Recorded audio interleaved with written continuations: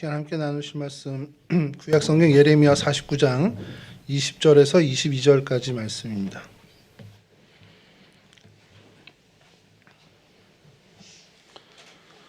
예레미야 49장 20절에서 22절까지 말씀.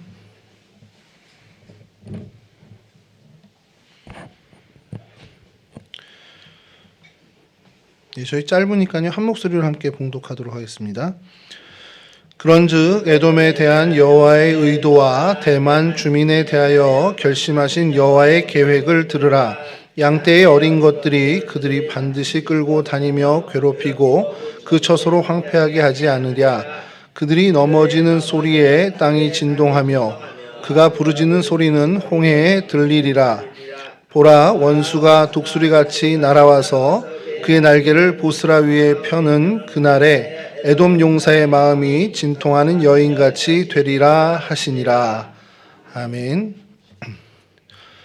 오늘 저희가 함께 살필 성경의 장소는 대만입니다.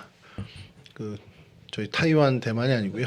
대만인데 대만 그러면 제일 먼저 좀 떠오르시는 게 욥기에 등장하는 대만 사람 엘리바스가 아마 제일 먼저 떠오르실 것 같아요. 그 대만입니다. 오늘 살펴보려고 하는 것이 이게 사람 이름도 있는데요. 에서의 손자 엘리바스의 아들이라고 나오는 창세기 36장에 있는 그 대만이라는 사람도 있고요. 근데 이제 저희가 살피는 것은 이런 사람이 아니라 지명인데 에돔의 이제 수도 역할을 했던 딱 수도가 거기 한 곳만은 아니었습니다. 그래서 에돔이란 나라가 좀 이따가도 말씀드렸지만 이스라엘이 왕이 없던 시절에 이제 왕정 국가를 갖췄던 좀 발전이 빨랐던 나라인데 그곳에 이제 수도 역할을 했던 곳이 이제 대만이고 그 옆에 이제 그거와 버금가는 도시가 또 보스라, 오늘 우리 22절에 있는 보스라라는 도시가 있었습니다. 그러니까 에돔의 되게 대표적인 도시라고 생각을 하면 됩니다. 히브리어로 이 대만은 남쪽이란 뜻, 그러니까 남쪽 혹은 남풍, 남쪽 땅 이렇게 의미를 해요. 그래서 뭔가 어디 남쪽 어디 이스라엘이 봤을 때 남쪽 어디에 있는 그 풍요로운 도시 이런 정도기 때문에 대만이라는 이름을 붙였던 것으로 이제 보게 됩니다. 그래서 제가 이 대만이라는 이름을 어떻게 이렇게 지어? 너무 성의 없지 않나 이렇게 했더니 그래서 이렇게 찾아보니까 저희도 영동이라고 불렀던 거 혹시 기억나세요? 저 강남 쪽을 영동이라고 그래서 그 어원을 찾아봤더니요 영등포의 동쪽이라 영동이라고 불렀다는 거예요. 되게 성의 없구나 이렇게 생각이 들었습니다. 그래서 어떤 이름을 지을 때 그냥 뭔가 의미를 담는 것도 있는데 그냥 너무 그냥 거기 있으니까 거기 이렇게 하는 경우도 좀 있는 것 같아요. 대만이 딱 그랬던 것 같습니다. 이 대만 보스라 이곳이 이제 그 에돔을 그냥 상징하는 거예요. 대만이다 그러면 그냥 에돔이라고 이렇게 여겨도 크게 큰 문제가 없는, 그러니까 에돔을 그냥 대만이라고도 부르고 이 대만 사람을 그냥 에돔 사람이라고 부르는, 그렇게 생각하면 좀 아마 비슷할 것 같습니다. 성경에도 그렇게 등장을 하는데요. 아모스 1장 12절 말씀입니다. 1장 11절에서 12절 말씀을 좀 읽어드리겠습니다. 여호와께서 이와 같이 말씀하시되 에돔의 서너 가지 죄로 말미암아 내가 그 벌을 돌이키지 아니하리니 이는 그가 칼로 그의 형제를 쫓아가며 긍휼을 버리며 항상 맹렬히 화를 내며 분을 끝없이 품었음이라. 내가 대만에 불을 보내리니 보스라의 궁궐들을 사르리라. 그러니까 에돔의 서너 가지 죄라고 언급을 하면서 불을 보내고 궁궐을 사르는 것은 대만에 불을 보내고 보스라의 궁을 사르겠다. 그러니까 에돔이 죄를 졌는데 왜 대만이에요? 이렇게 얘기하면은 뭐 어떻게 보면 이 문장만 갖고 보면 그렇게 되는데, 그러니까 에돔이 대만이고 대만이 에돔이라고 생각을 하시면 됩니다. 이렇게 두 개의 어떤 중심지가 존재했는데 사실 성서 고고학에서 얘기할 땐 그렇게 멀지 않은, 그렇게 두 곳이 그렇게 멀지 않은 곳으로 지금까지는 이렇게 주장을 하고 있습니다. 이곳에 또 이제 예레미야 49장 7절, 오늘 저희가 읽은 본문의 좀 앞쪽인데요. 이 부분을 보면 이곳이 하나님의 복을 받은 땅이었던, 처음에는 그런 땅이었던 것을 저희가 알 수 있는 것이 예레미야 49장 7절입니다. 에돔에 대한 말씀이라 만군의 여호와께서 이와 같이 말씀하시되 대만에 다시는 지혜가 없게 되었느냐, 명철한 자에게 책략이 끊어졌느냐, 그들의 지혜가 없어졌느냐. 그러니까 이곳이 뭐였냐면 지혜와 어떤 그런 학문 이런 걸로는 굉장히 명성이 높았던 지역이라는 거예요. 하나님의 심판을 받기 전에는. 그러니까 좀 앞서 나가니까 오늘날로 치면 이제 과학 발전이 좀 이루어졌던 그리고 많은 어떤 그 지혜로운 사람들이 많았던 그런 곳으로 명성이 높았던 거라는 겁니다. 그것도 우리가 잘 알듯이 욥의 친구 그 엘리바스가 있죠. 욥기 4장 1절에 대만 사람 엘리바스가 대답하여 이르되 이렇게 나오는데 이 대만 사람 엘리바스가 굉장히 지혜로운 답을 얘기하는 걸 저희가 욥기를 읽으면 이제 보게 되죠. 그러니까 마찬가지로 이쪽에 그 뭐 문명이라든지 이런 것들이 좀 발전을 해서 이 대만이라는 곳은 사실 조금은 이제 이스라엘에 비해서 인근 나라에 비해서 좀 발전된 지역이었다라는 겁니다. 그리고 창세기 36장 34절에도 좀 이 대만에 대해서 증거가 나오는데요. 요밤이 죽고 대만 족속의 땅에 후삼이 그를 대신하여 왕이 되었고, 이게 36장 34절인데 이 앞에 부분을 보면 이따가도 좀 읽게 되겠지만 이스라엘이 왕정이 이제 되기도 전에 이 에돔이라는 곳은 어떤 그 왕정 체제를 갖춘 국가로 발전을 했다라는 근거가 되는 구절입니다. 그러니까 이곳이 그 지역, 그 중동 지역이죠. 그쪽에 굉장히 이제 앞서 나갔던 그 나라였다라는 것을 성서 고고학에서도 그렇고 성경에서도 이렇게 얘기를 하고 있죠. 하박국 선지자는 또 이 대만에 대해서 이렇게 얘기를 합니다. 하박국 3장 3절인데요.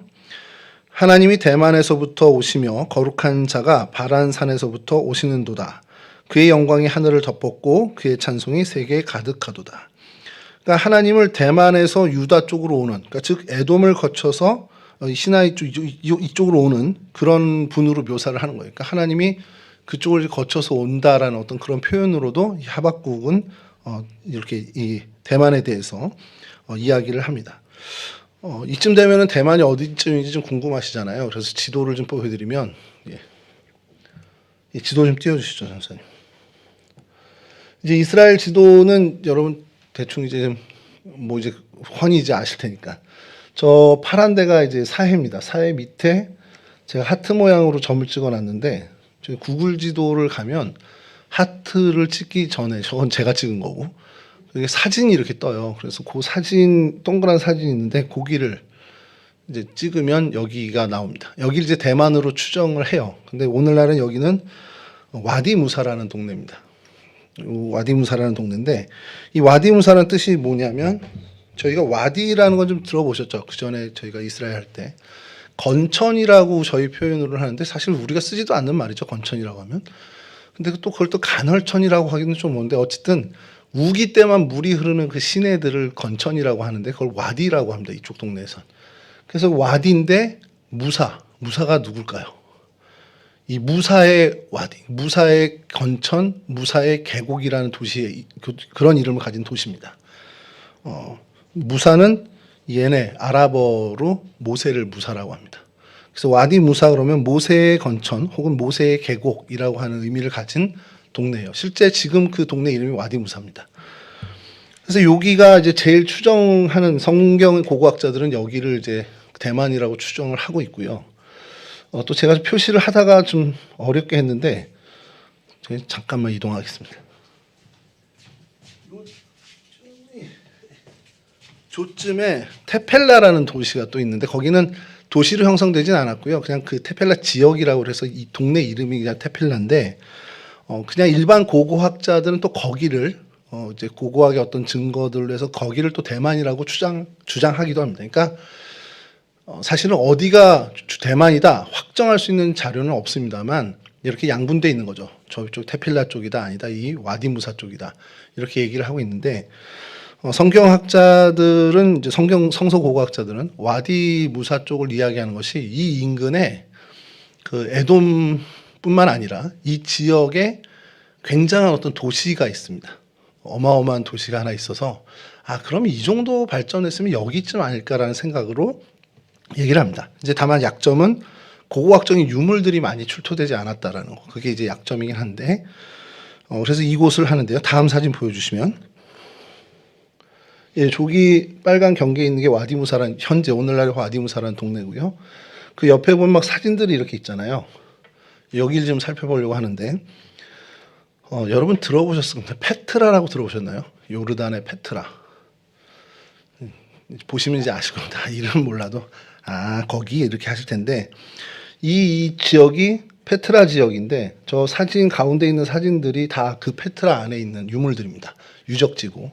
그다음에 여기 제일 제 쪽으로 여기가 성경엔 호르산입니다. 호르산이 무슨 사건이 있었을까요? 제가 여러분들하고 이렇게 얘기하면서 질문을 안 해야지 하면서도 이제 버릇이 돼 버려가지고 호르산인데 여기가 저건 좀 이따 얘기를 하죠. 어쨌든 이곳이 호르산, 그래서 성경적으로도 굉장히 의미 있는 곳 이렇게 됩니다. 그래서 이곳 사진을 좀 보여드리면 와디 무사라는 동네입니다. 10,000명 정도가 산대요. 10,000명이 채 안 되나 그냥 10,000명 정도가 거주하는 동네고, 그래서 이 페트라 지역을 온 사람들이 어떤 이렇게 쇼핑을 할 수 있는, 그래도 그나마 식사를 하고 식수를 얻을 수 있는 동네가 이 와디 무사라는 곳이죠. 그러니까 딱 봐도 이렇게 발전된 도시는 아니잖아요. 이런 모습을 현재 갖고 있고요. 다음 사진 보여주셔도 그게 높지 않은 그냥 주거지들, 이렇게 언덕에, 이렇게 뭐 계곡이죠. 계곡 쪽에 집들을 짓고 사는. 다음 사진도 뭐 큰 차이 없는, 이렇게 좀 멀리서 찍은 건데 그냥 이렇게 무슨 저희 나라 시골보다도 좀 못한 것 같은 느낌을 저는 받았거든요. 그래서 어쨌든 이렇게 모여 살고 있는 요곳을 대만으로 추정하고요. 그 다음 사진도 다 비슷비슷합니다. 그러니까 도시 전체에 어떤 큰 빌딩 랜드마크가 될 만한 건 없는 것 같고요. 대신에 야경은 또 기가 막히더라고요. 다음 사진 보여주시면 야경은 또 관광객을 위해서 그런 건지 모르지만 어쨌든 이런 곳이고, 다음 사진을 보여주시면 이게 호르산입니다. 호르산. 제가 이름을, 얘네들이 부르는 이름을 말씀드리면 자발 아룬이라고 해요. 자발 아론, 혹은 자발 하룬 이렇게 부릅니다. 자발은 산이란 뜻이고요. 아론은 성경의 아론입니다. 그럼 호르산은 뭘까요, 이게? 아론의 무덤으로 사람들이 기념을 하고 있습니다. 아론이 죽어서 호르산에 올라가서 이제 죽게 되는데 성경의 이 호르산이 바로 이 자발 아론입니다. 그래서 이게 이제 아론의 무덤이라고 이제 지어놓은 거고요. 다음 사진 보여주시면 좀 멀리서 찍은 이렇게 산 정상에 있고요. 이 산 정상에서 아래를 내려다 보면 광야가 바로 보이는, 다음 사진 보여주시면 이런 높은 산, 그 황량한 산 위에 이렇게 있습니다. 여기 사진 찍는 사람 그림자도 보이고, 이곳이 아까 그 말씀드린 페트라 지역 옆에 있는, 바로 옆에 있는 곳입니다. 그럼 페트라는 뭘까요? 다음 사진 보시면 I love 페트라라고 이렇게 되어 있는데 이게 페트라 박물관입니다. 박물관 입구고, 그 다음 사진 보여주셔도, 그러니까 아까 와디무사에서 정말 얼마 차로 한 5분에서 10분 정도 가면 이 페트라 박물관이 있는데, 이곳에 이제 요르단 국기고요. 이제 입구가 이렇게 되어 있고, 다음 보여주시면 이제 관광지로 개발이 잘 된 거죠, 박물관이. 그 다음이 이제 안내도인데 여기 가운데 페트라라고, 이쪽 제 쪽으로 페트라라고 써 있고요. 내부가 이렇게 되어 있습니다. 안에 보여주시면 이 지역에서 이제 발굴된 그 유적들을 쭉 해놨습니다. 페트라를 제가 처음 알게 된 거는 제가 중학교 때인가 인디아나 존스라는 영화가 개봉을 했어요. 거기서 정말 깜짝 놀랄 만한 그런 고고각이 나오는데, 그리고 나서 한 몇십 년 뒤에 인디아나 존스 후속작으로 굉장히 오랜만에 나왔는데 거기에서 이곳에 가서 촬영을 한, 그래서 그때 이제 페트라를 좀 알게 됐습니다. 페트라는 이제 반석이란 뜻이죠. 반석이란 뜻인데 여기 이 지역은 그러니까 그 그리스 사람들이 지은 건 아닙니다. 그러니까 우리 계속해서 이쪽 지역을 얘기하다 보면 항상 등장하는 나바테아인이라는 사람들이, 이 사막 사람들인데요. 그 사람들이 기원전 4세기 정도, 그러니까 400년 전쯤에 이곳을 건설했던 것으로 이제 성서 고고학에서는 이야기합니다. 그래서 그 사람들은 그냥 거기 도시 이름을 라크무라고 불렀어요. 그러니까 다채로운 뭐 색깔 있는 이런 뜻의 라크무라고 불렀는데, 이제 그 이후에 로마 이쪽에서 이제 점령을 하고 이쪽을 지배하면서 자신들이 이거 반석 위에 이렇게 바위 위에 이렇게 지었다고 해서 이름을 페트라라고 이제 붙이게 된 겁니다. 그러니까 라크무라고 하는 게 원래 이름이고, 이제 그 다음에 로마 시대를 거치면서 페트라는 이름이 이제 명명되다 보니까 지금까지도 그냥 페트라라고 이제 불려지죠. 페트라 그러면 저희는 성경에선 베드로가 페트라죠. 그러니까 그 반석. 그런 의미를 갖고 있습니다. 왜 그렇게 됐냐라는 걸 이 사진을 보시면 압니다. 다음 사진 보여주시면 이게 바위를 깎아서 굴을 내서 이렇게 건축물을 하는 겁니다. 그러니까 저희처럼 뭐 거푸집을 해서 콘크리트를 해가지고 아니면 뭐 나무로 기둥을 세우고 이렇게 쌓는 게 아니라 기존의 바위를 파가지고 이게 굉장히 뭐 어렵다 그래서 1997년인가에 신세계 불가사의 7대 불가사의로 이제 지정이 되기도 했어요. 1980년대에 유네스코 세계 문화유산이 됐다고 하고요. 그래서 요게 지금은 페트라 안에 집입니다. 이거는 거주 공간이고요. 다음 사진 보여주시면 가운데 계단이 높이에서 저 위까지 올라가는데 이거는 신전이었습니다. 당시에 이제 신전, 그 페트라라는 지역의 나바테인들의 이제 신전이었죠. 다음 사진 보여주시면 로마식 원형 경기장입니다. 원형 극장이죠, 극장. 그러니까 이 사람들이 로마의 문화를 받은 건지 아니면 로마가 이 사람들이 영향을 받은 건지 아니면 모르겠는데 그 시대에 극장을 지으면 이런 식으로 했던 것 같아요. 이것도 바위를 그냥 깎아서, 그러니까 위에서부터 이제 깎아 내려가서 이제 하는 거죠. 그러니까 건축 방식이 저희랑 완전 역반대의 순서 그렇게 돼 있고요. 그 다음에 이제 등장하는 것이 무덤인데 다음 사진 보여주시면 무덤은 뭐 예나 지금이나 뭐 우리 이쪽이나 저쪽이나 그 왕가의 무덤은 좀 이렇게 화려하게 하잖아요. 이게 왕가의 무덤으로 이제 추정이 되는 그런 무덤입니다. 다음 사진도 마찬가지고요. 그 다음 사진도 좀 더 이제 화려한 이제 무덤 이렇게 되어 있습니다. 자, 그리고 난 다음에 이제 좀 알데이르라고 이제 하는 명명이 된 또 하나 이제 건축물인데 이거는 혹시 보셨던 분들도 많을 거예요. 저희 TV 프로에도 많이 등장했던 거군요. 보여주시면 이건 좀 가까이서 찍은 거고요. 이건 역시 이렇게 뭔가를 만든 게 아니라 깎은 겁니다. 다 깎아서. 다음 사진 보여주시면 이건 좀 멀리서 찍었고요. 좀 더 멀리서 찍은 사진을 보여드리면 다음 사진이요. 이렇게 있습니다. 그러니까 아예 바위산에 깎아서 들어간 이게 알데이르라고 해서 이건 수도원입니다. 수도원이고 여기는 내부가 공개가 돼서요. 다음 사진 보여주시면 내부가 이렇습니다. 어마어마하지 않습니까? 저렇게 어떻게 깎아서 파나 이렇게 생각이 드는데 이렇게 토목하시는 분들이 보면 대단하다고 할 것 같은데요. 자, 그리고 이제 진짜 유명한 알카즈네라고 하는 이 알카즈네는 이제 보물창고라는 뜻을 갖고 있는 알카즈네인데 이건 이제 나바테아에 국왕했던 아레타스 4세의 묘지라고 이제 그거는 좀 확인이 됐습니다. 그래서 거기 가는 길목, 그러니까 페트라 박물관에서 이 알카즈네로 가는 길이 이렇습니다. 다음 사진 보여주시면 이런 협곡입니다. 아예 그냥 바위로 그냥 쫙. 그러니까 이게 오래 발견되기가 쉽지 않았던 거죠. 이런 길을 가야 나타나니까요.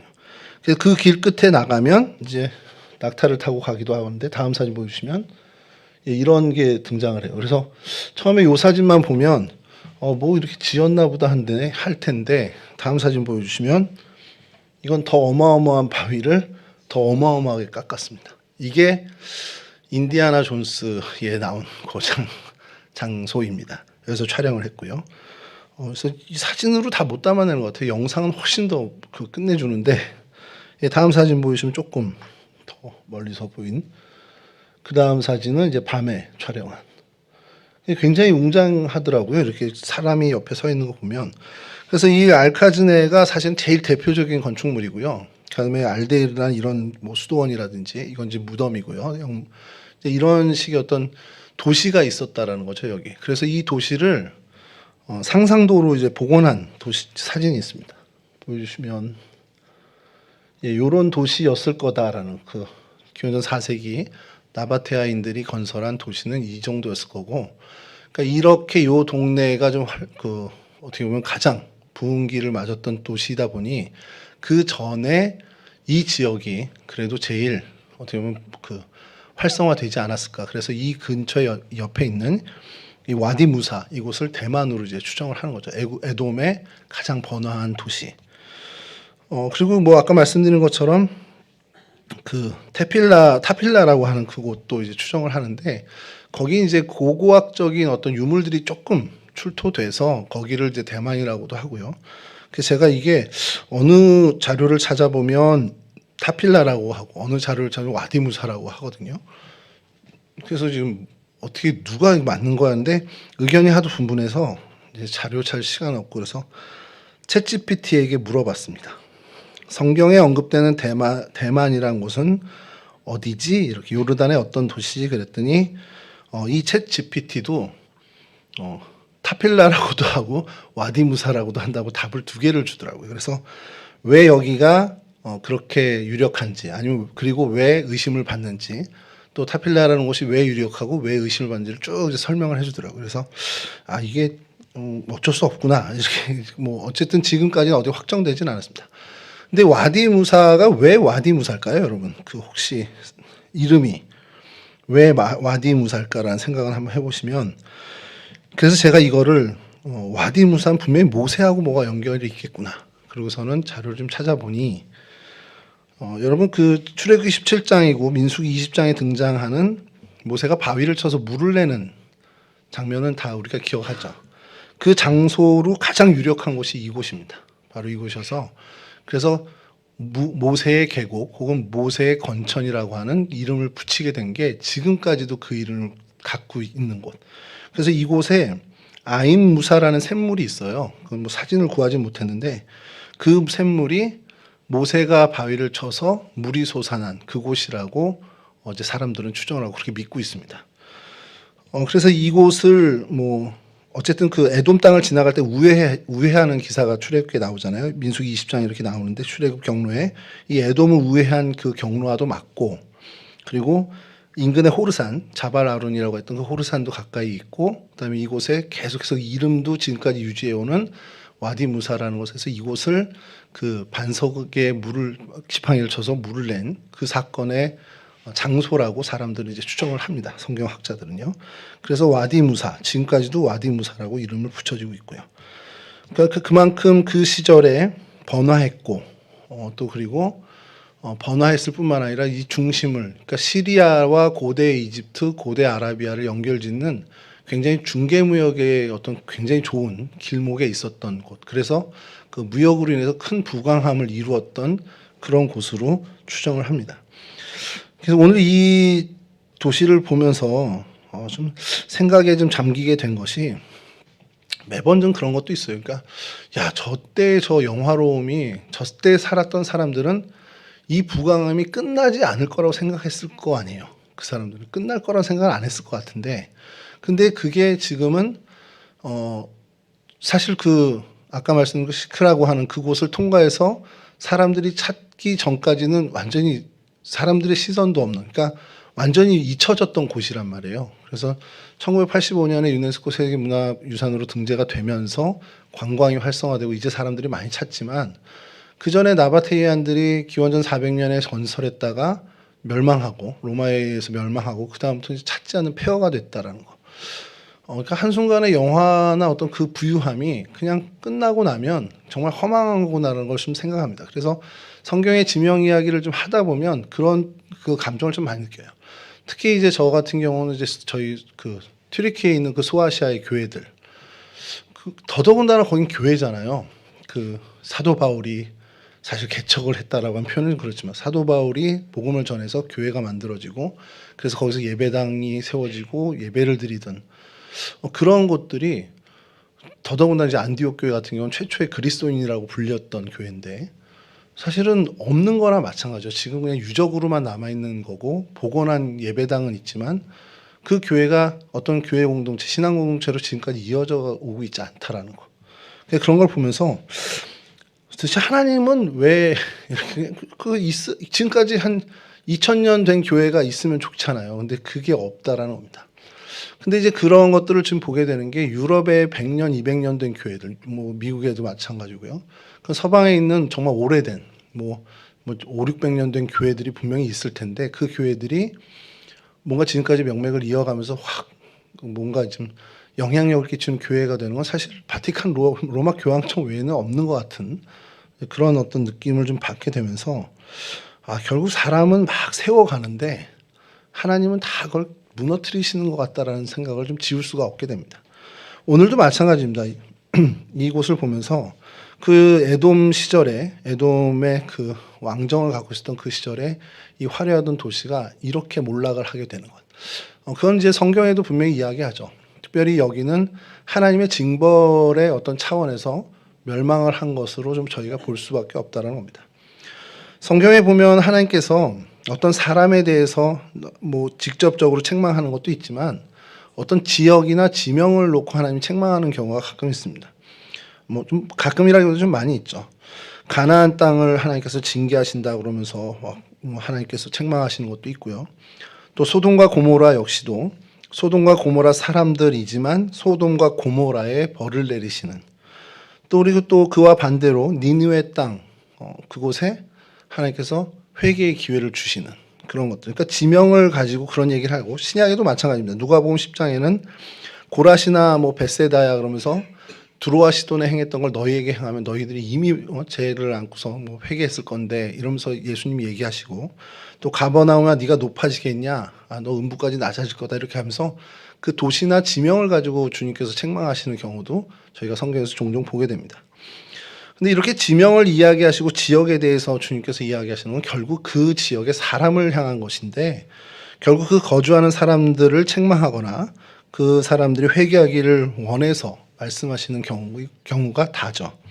그래서 하나님은 이 사람에 대해서 관심을 갖기 때문에 그 사람들의 행위와 그들의 어떤 정체성이나 이런 것을 보시면서 그 지역을 벌하시기도 하고 칭찬하시기도 한다는 겁니다. 오늘 저희가 살펴보는 이 대만 역시도 이 하나님의 심판에 대해서 되게 자유롭지 못한 지역 중에 하나였습니다. 대만은 말씀드린 것처럼 에돔입니다. 에돔과 같이 이제 저희가 생각하면 되는데, 에돔은 우리가 잘 알고 있듯이 에서의 후손입니다. 에서의 후손인데, 에서가 누굽니까? 에서는 야곱의 쌍둥이 형이죠. 그러니까 뭐 에돔이 되게 부정적인 이미지가 저희한테 있어요. 분명히 뭐 이렇게 좀 이스라엘 백성들을 괴롭혔고 유대인들 뭐 어떻게 보면 학대하고 하는 어떤 그런 모습 때문에 선입견을 갖고 있긴 한데, 엄밀히 얘기하면 그도 아브라함의 자손이고 이삭의 아들입니다. 그러니까 하나님의 백성은 맞아요. 그의 정체성을 딱 얘기하면 그도 아브라함의 자손, 하나님이 택한 하나님의 백성이라는 겁니다. 비록 장자권에 대한 문제가 있었죠. 그래서 팥죽 한 그릇으로 팔아 넘기는 굉장히 경솔한 그리고 망령된 행실을 했지만, 분명한 건 그의 정체성은 아브라함과 이삭의 후손인, 어떻게 보면 축복의 후손임은 분명하다라는 겁니다. 그렇기 때문에 아마도 그곳에서 그 고대에 뭐 아까 말씀드린 엘리바스처럼 정말 지혜 있는 사람도 나오고 정말 많은 발전을 한 거는 분명히 우연은 아닐 거라는 겁니다. 하나님의 복을 주신 거라고 저희는 이제 볼 수 있다라는 것이죠. 얼마 전에 그 바니보틀인가 유튜버가 미국에 가서 그 모래 사이에서 막 사금을 캐는 것처럼 하는데, 거기는 또 사금이 아니라 다이아몬드를 캐는 걸 이제 체험하고 왔습니다. 근데 이제 막 정말 손이 더러워지죠. 막 엄청 더러워지면서 막 흙을 막 하면서 물에다 막 씻으면서 다이아몬드를 찾는데 결국 뭐 하나도 못 찾긴 했지만, 제가 그거 보면서 저 짓을 왜 하나 처음에 그 생각을 했거든요. 근데 그 더러운 흙 속에 있어도 다이아몬드는 다이아몬드죠. 뭐 심하게 얘기하면 뭐 배설물이 묻었다고 해서 그게 다이아몬드 같이 떨어지는 게 아니잖아요. 그러니까 다이아몬드는 어디에 있든지 다이아몬드입니다. 그러니까 하나님의 그 축복의 자녀들, 하나님의 백성이라면 그가 뭐 어떤 곳에 있든지 하나님의 백성은 분명히 그의 정체성 하나님의 백성이라는 거죠. 예수님께서 이제 오셔서 그 공생의 시절에 많은 사람들을 이제 회개하게 하셨는데, 제가 좀 되게 인상 깊었던 사람은 삭개오입니다. 삭개오는 도덕적으로도 종교적으로도 많은 사람들로부터 비난을 받던 사람이죠. 근데 그의 집에 머물고 이야기하 계신데 주님의 선포가 전 되게 독특했더라는 것이, 이 사람도 아브라함의 자손이다 이렇게 얘기를 하시거든요. 그게 많은 사람들에게도 야, 니네가 아무리 비난해도 얘가 어쩔 수 없이 정체성은 유대인이고 이스라엘 백성, 하나님의 아브라함의 자손이잖아, 이걸 알려주시는 것도 있지만, 삭개오를 향한 그 외침을 보면 내가 그래, 세상에 물들어서 이렇게 살아가지만 내가 아브라함의 자손이지, 내가 하나님 백성이지, 그거를 주님께서 깨닫게 해주시는 그런 어떤 일침이 될 수도 있다라는 겁니다. 그러니까 우리가 살아가면서 죄인의 모습을 우리도 갖게 되고 세상에 물들어 가게 되죠. 요즘 그 대림절 묵상집을 제가 보면서 참 나름대로 그 은혜를 받고 있는데 물들다라는 부분 오늘 거였을 겁니다. 그 세상에 있다 보니까 그냥 물드는 거예요. 근데 물들어도 어느 날 갑자기 정신 차리면 그래 내가 하나님 백성이지 내가 그리스도인이지 이 생각을 하게 되는 내가 어떠한 모습을 갖고 있고 죄인된 모습을 갖고 있고 또 실제로 죄인된 어떤 삶을 살 수도 있겠지만 우리가 하나님의 백성이라는 것을 잊지 않아야 된다는 것. 에돔의 잘못이 뭘까라고 생각하면 사실 에돔은 그 에돔 족속이 우리가 아브라함의 자손이다라는 것, 하나님의 백성이라는 것을 사실 망각한 것이 가장 큰 잘못이 아닐까라는 생각을 좀 하게 됩니다. 그래서 사실 그것으로 인해서 여러 일들이 그런 죄악들이 발생되고 또 그래서 하나님의 책망을 받게 되는 거죠. 성서 고고학자들의 보고에 따르면 이 대만 지역에 초기 철기 시대였다고 하죠. 그러니까 주전 1200년 이상 된 그곳에서 그곳의 유물들이 이제 발견이 됐단 말이에요. 그러니까 이곳이 굉장히 오래전부터 중심지 역할을 했다는 겁니다. 그 아주 오래전부터. 그러니까 에돔 지역에서 가장 크고 중요한 지역이었다는 걸. 그러니까 에돔 자손에게 하나님이 적어도 이런 복은 주셨다는 겁니다. 크게 부강해지고 어떤 부를 축적하고 왕성해지는 어떤 번영할 수 있는 그것은 분명히 주었다는 것이죠. 우리가 에돔에 대해서 선입견을 갖고 있는 것처럼 처음부터 그들은 저주받은 백성은 아니었다는 겁니다. 그들 역시도 하나님의 축복을 누릴 만큼 누렸던 족속이라는 거죠. 하나님께서 이스라엘 못지않게 이스라엘만큼은 아니어도 그에 못지않게 은혜를 주셨고 하나님이 축복을 주셨다는 겁니다. 좀 전에 우리가 창세기 36장 읽었던 것처럼 그 왕이 있었다라는 걸 저희가 보죠. 그 창세기 36장 31절 그 이전 거를 읽어드리면 이런 말씀입니다. 창세기 36장 31절에 이스라엘 자손을 다스리는 왕이 있기 전에 에돔 땅을 다스리던 왕들은 이러하니라. 그러면서 이제 막 하다 에돔 대만 출신의 왕이 있었다. 이렇게까지 아까 말씀드린 것처럼 나오는데, 그러니까 이 사실을 보면 에돔 역시도 아브라함과 이삭의 자손이고 그래서 하나님으로부터 이런 복을 받는 민족이었다라는 것은 분명하다라는 거예요. 이런 점에서는 또 결이 같은 비슷한 맥락이 또 신약에도 등장을 하는데 사도 바울도 이런 얘기를 하죠. 로마서에서 예수 그리스도를 십자가에 못 박고 그리고 예수 그리스도를 죽인 이들은 이스라엘 유대인입니다. 그러니까 그리고 또 사도들을 박해한 것도 유대인이었어요. 그런 유대인을 향해서 그런 이스라엘 백성들을 향해서 하나님의 말씀을 상기시킵니다. 어떻게 얘기하냐면 로마서 11장 1절에서 2절인데요. 제가 읽어드리겠습니다. 그러므로 내가 말하노니 하나님이 자기 백성을 버리셨느냐? 그럴 수 없느니라. 나도 이스라엘인이요 아브라함의 시대에서 난 자요 베냐민 지파라. 하나님이 그 미리 아신 자기 백성을 버리지 아니하셨나니 너희가 성경이 엘리야를 가리켜 말한 것을 알지 못하느냐. 이 엘리야에 대한 얘기는 엘리야가 하나님한테 나밖에 없습니다. 그랬더니 하나님이 남은 자가 있다 이렇게 얘기하신 것처럼 그 얘기를 이제 하는 겁니다.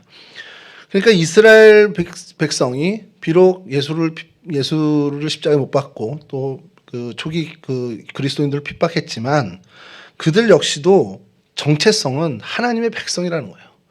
그러니까 그들 역시도 우리가 하나님의 백성이다라는 걸 깨닫고 그 정체성에서 확실한 그 회개를 하게 되면 그리스도인이 되어야 한다라는 것을 얘기하는 겁니다. 에돔에게도 마찬가지죠. 너희들이 비록 이러고 살고 이 땅에서 정말 물들고 살아가지만 너희들 아브라함 자손이야. 하나님 백성이야. 그 정체성을 좀 다시 살려봐. 이 얘기를 하는 거죠. 근데 이 에돔, 이제 대만이죠. 대만은 이러한 어떤 하나님의 사랑을 받은 사람들, 그 은혜를 소유한 사람다운 행동을 하지 않았다라는 게 이제 성경의 증언입니다. 오바댜 선지자가 이제 질책을 하는 게 오바댜 1장 11절에 이렇게 말씀을 합니다. 내가 멀리 섰던 날 곧 이방인이 그의 재물을 빼앗아 가며 외국인이 그의 성문에 들어가서 예루살렘을 얻기 위하여 제비 뽑던 날에 너도 그들 중 한 사람 같았느니라. 이걸 좀 세번역으로 좀 읽어드리면요. 세번역, 네가 멀리 서서 구경만 하던 그날 이방인이 야곱의 재물을 늑탈하여 하며 외적들이 그의 문들로 들어와서 제비 뽑아 예루살렘을 나누어 가질 때 너도 그들과 한패였다. 그러니까 야곱의 자손이 그러니까 형제죠. 에돔이나 이 대만 사람들이 볼 때는 형제인데 그들이 정말 처절하게 힘겨운 일을 당하고 있을 때 돕고 혹은 돕지 못하면 안타까워해야 되는데 그것도 없이 그냥 한패가 돼서 그 제비 뽑는데 같이 참여했다라는 거예요. 그러니까 하나님이 이 오바댜를 통해서 에돔에게 이것 가지고 큰 질책을 하십니다. 근데 생각해 보면 그것도 있어요. 에돔, 그러니까 에서의 후손이잖아요. 그러니까 에돔 사람들이 이 유대인들, 그러니까 이스라엘 사람들의 갖는 감정은 좋지 않았을 거예요, 분명히. 그 조상, 뭐 야곱과 에서의 사건을 다 알 거 아닙니까? 그러니까 분명히 좋지는 않을 거예요. 우리가 원래 장자인데, 우리가 원래 야곱의 장손인데 뺏겼어. 이런 분명히 악감정이 있었을 겁니다. 그러니까 그런 이야기를 다 듣고 알게 된 사람들은 이 유다 사람들에 대한 뿌리 깊은 원망과 증오가 분명히 있었을 거고, 그거를 감안하면 이런 행동들은 좀 이해가 될 수도 있습니다만, 그런데 이러한 대응이 하나님 앞에서는 온당하지 않다라는 게 하나님의 선언이라는 거예요. 그래, 니네 억울해. 니네 그래 분한 거 있겠지. 근데 그래도 이러면 안 돼. 이게 하나님의 뜻이라는 겁니다. 성경은 늘 얘기하잖아요. 너희를 핍박하는 자를 축복하고 저주하지 말아라. 뭐 로마서에도 이렇게 하고요. 로마서 12장에 또 아무에게도 악으로 악을 갚지 말아라. 이렇게 또 하는 말씀이 있습니다. 또 심지어 주님은 우리에게 원수를 사랑하라고까지 이야기하시죠. 이게 성경에서 우리에게 계속되는 일관되게 주장하는 가르침이고 깨우침입니다.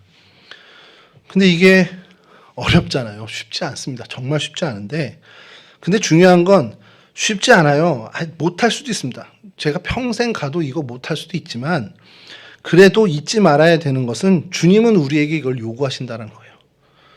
그러니까 해야 되는 건 맞다는 겁니다. 제가 예전에 청년부를 담당할 때, 그 전해교회 청년부를 담당할 때 담배 때문에 굉장히 고민하는 청년이 하나 있었어요. 근데 그 끊으려고 하죠.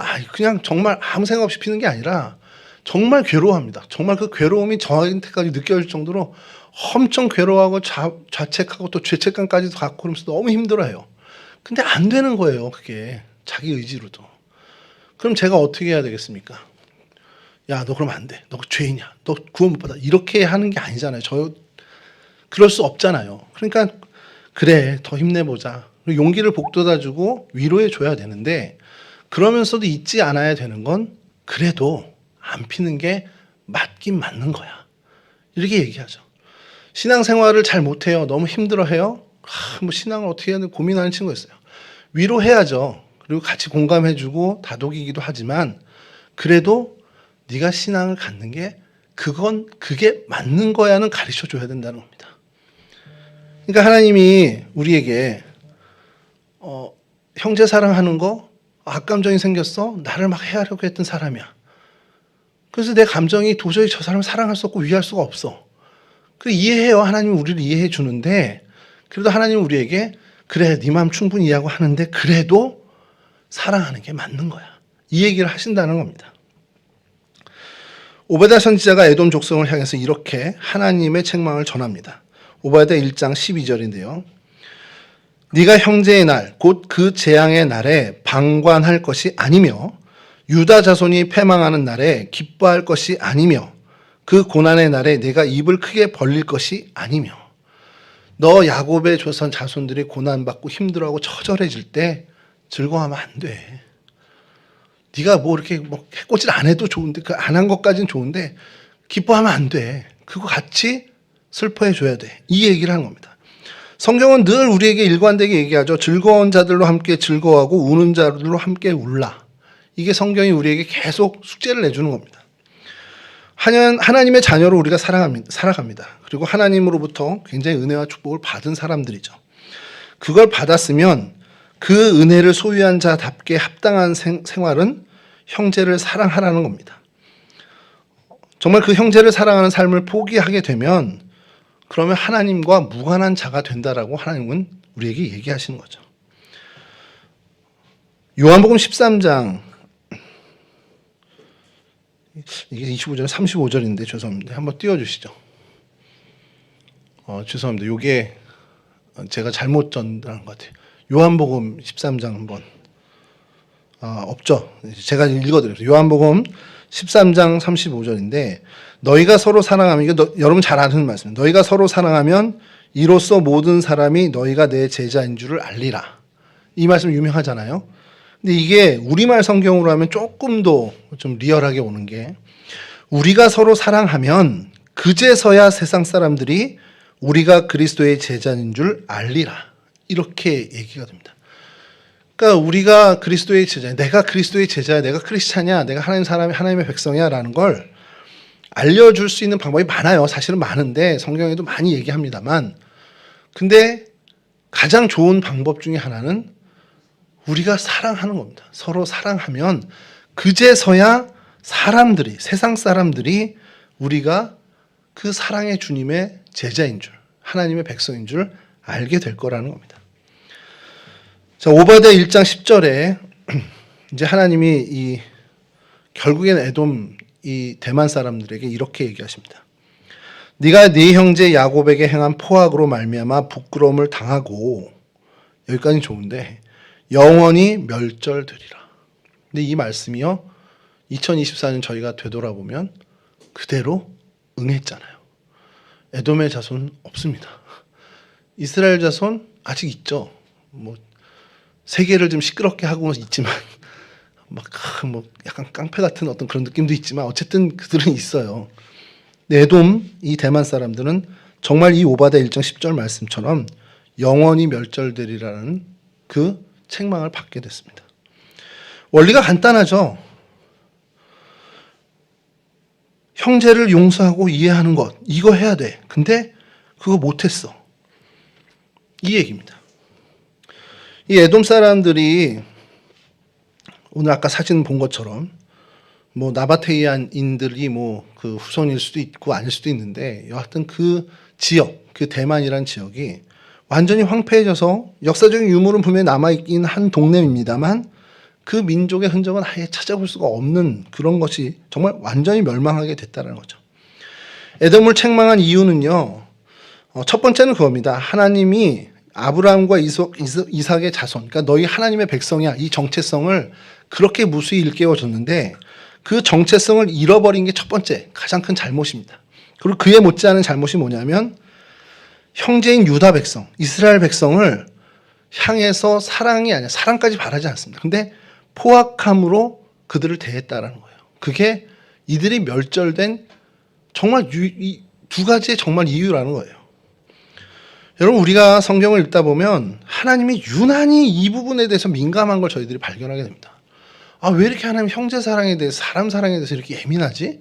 라고 할 정도로 하나님 굉장히 이 부분에 민감하게 반응하세요. 사실 이게 저도 개인적으로는 되게 어려운 부분 중에 하나입니다. 형제를 사랑하는 거, 저한테 잘해주는 사람 좋아하는 거, 사랑은 좋죠. 그거 잘할 수 있습니다. 누구보다 잘할 수 있습니다. 나와 좋은 관계, 나에게 선을 베풀어주는 사람을 향해 내가 사랑을 쏟아내는 거 어렵지 않죠. 근데 반대의 경우, 나에게 좋지 않은 감정을 갖고 있는 걸 내가 알아챘어요. 모르고 있을 때는 별로 그런 거 신경 안 쓰고 그냥 사랑을 베풀 수 있었는데, 저 사람 이제 보니까 나를 굉장히 싫어하네? 그러면 그 마음이 제가 달라지는 걸 느껴요. 용서하시고 들으십시오. 교회 학교 요즘 교사난이 크게 있습니다. 예전에 구영무 장로님이 성가대, 찬양대 사람 없다고 너무 막 안쓰러워하시는, 막 애타하시는 거를 제가 요즘 느껴요. 선생님들이 다 안 한대요.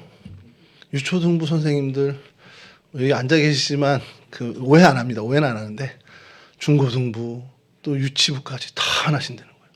근데 다 얘기 들어보면 사정이 있어요. 그리고 우리 서모 군 청년은 유치부 교사 너무 잘해서, 야, 저 친구는 정말 나중에 유치부 부장을 해야 되겠다 이런 생각을 했는데, 뭐 가족의 그 편찮은 일 때문에 그거를 집중해야 돼서 내년에 교사를 못 한다는 거. 알죠, 마음이. 그리고 당연히 그렇게 해야 되는 게 맞아요. 근데 여러분들, 많은 분들이 교사를 못 하겠대요. 그래서 제가 드는 생각이, 나를 싫어하나? 내가 싫어서 이제 교사를 안 하나? 그래 버리니까 막 마음이 저도 요동을 하는 거예요. 물론 이제 새벽에 기도하면서 그건 아니라고 또 하나님이 저를 위로해 주셔서 이제 잘 넘어갔는데, 나에게 선을 베풀어주고 나를 잘 대주고 좋은 감정이 있는 분들을 우리가 사랑하는 건 쉽습니다. 근데 어느 순간 저 사람 나를 싫어하네? 그걸 딱 느끼는 그 순간 저희들의 마음은 확 다치잖아요. 저만 그런 거 아니잖아요. 여러분 다 그러시잖아요. 근데 이게 쉽지 않은데 주님은 그 사람들까지도 사랑해라 라고 하시는 거예요. 나를 괴롭히고 나를 골탕 먹이고 어찌됐든 저찌됐든 나에게 피해주는 그 사람을 하나님은 사랑하고 선을 베풀라고 명령하고 계시다는 겁니다. 이거는 우리가 부인할 수 없는 사실이라는 거예요. 근데 이 쉽지 않은 일을 그럼 하나님 좀 어느 정도 선에서 내가 할 테니까 좀 봐주세요 이러면 그래 너 됐어 그 정도면 됐어 이럴 텐데 성경을 보면 하나님이 이 부분에 대해서 너무 민감하게 보신다는 거죠. 너무 예민한 거예요. 다른 거에 보다도 훨씬 더 민감하게 하나님은 그 잣대를 들이미시다는 겁니다. 이게 우리에게 숙제예요. 제가 어릴 때는 숙제로 이제 우리 용어를 숙제라고 썼잖아요. 국민학교 다닐 때는 숙제인데 대학 가니까 그걸 좀 세련되게 말하더라고요. 과제 뭐 이렇게 얘기하는데. 근데 제가 숙제와 과제의 큰 차이를 대학교 2학년 때 깨달은 게 제가 숙제라고 하는 거는 무조건 해야 되는 거예요. 근데 과제는 학점 좀 덜 받지 뭐 그것은 안 해가도 되는 그런 약간 느슨함을 갖고 있었던 게 있었거든요.